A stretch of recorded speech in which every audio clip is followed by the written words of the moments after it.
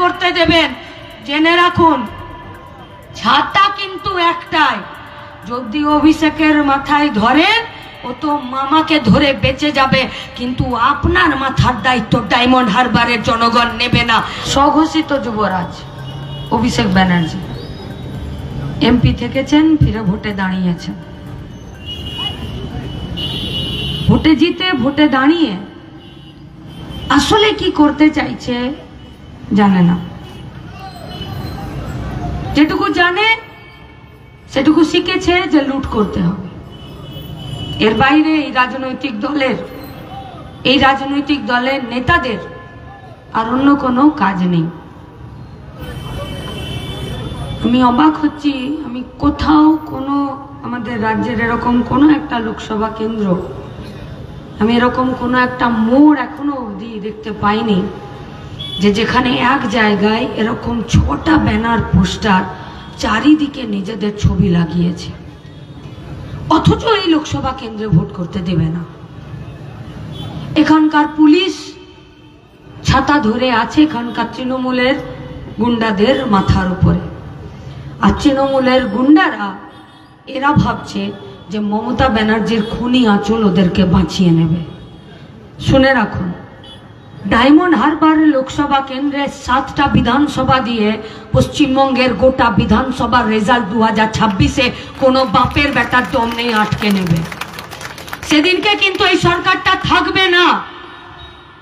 আর সেদিন পার্লামেন্টের ভেতরে ওই দালাল বিজেপি নয়, লাল ঝান্ডারা আর কংগ্রেসরা এই বিধানসভার ভেতরে 2026-এ থাকবে।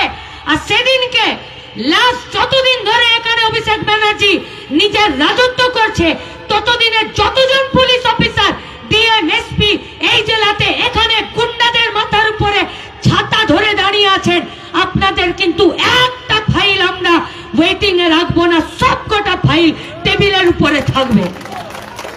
আপনারা কিন্তু কেউ বাঁচতে পারবেন না। আপনাদের বেতনের টাকা আমরা আমাদের রক্ত ঘামের দিই।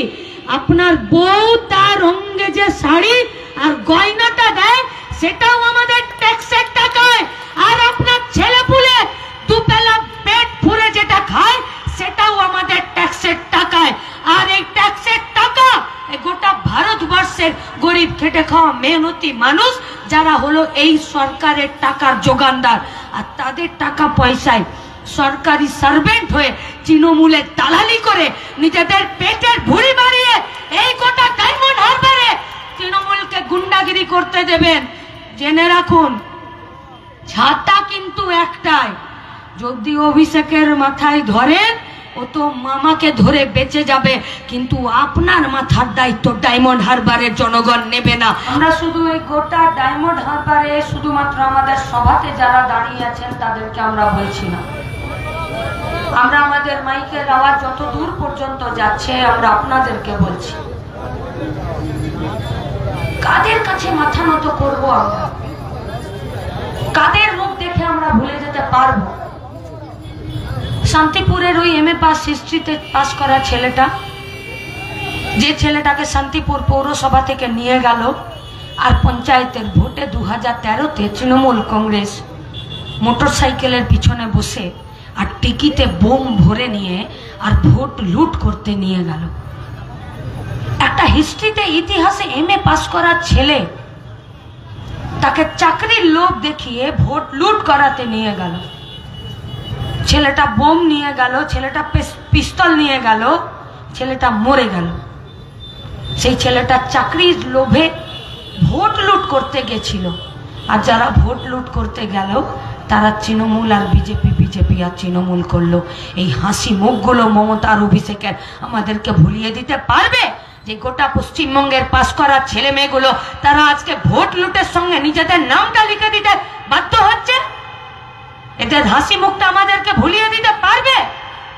গোটা পশ্চিমবঙ্গে, গোটা কলকাতাতে যে সমস্ত ছেলে মেয়েগুলো আজকে যোগ্যতার ভিত্তিতে একটা চাকরি পাবার জন্য বসে আছে, আর একটা হবু দিদিমণি নিজের মাথার চুলটা খুঁড়ে করে নিচে নামিয়ে দিচ্ছে, তার চোখের জলটা আমাদেরকে ভুলিয়ে দিতে পারবে?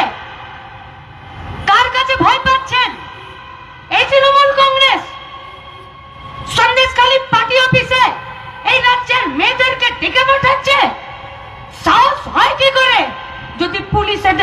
উপরে ছাতা না ধরে, কিন্তু আজকে তো তার থেকেও বড় বিপদ।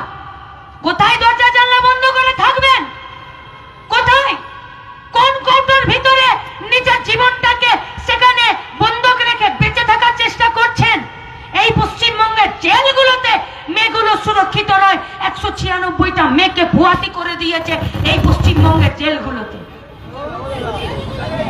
কাদেরকে ভয় পাচ্ছেন? কাদেরকে? গোটা পশ্চিমবঙ্গের যে ছেলে মেয়েগুলো আজকে 100 দিনের কাজ পাচ্ছে না, বাইরের রাজ্যে পড়ে আছে। প্রত্যেকটা দিন করোনার সময়ে আমাদের এক কানে ফোন থাকতো আর এক কানে অন্য রাজ্যকে ফোন লাগাতে হতো, যে এ রাজ্যে কাজ ছিল না বলে, এ রাজ্যে কারখানা নেই বলে, এই রাজ্যে মানুষের গতর খাটানোর একটা জায়গা নেই বলে, এই রাজ্যে 100 দিনের কাজের টাকা 84 লক্ষ ভুয়ো জব কার্ডের নামে এরা লুট করেছে।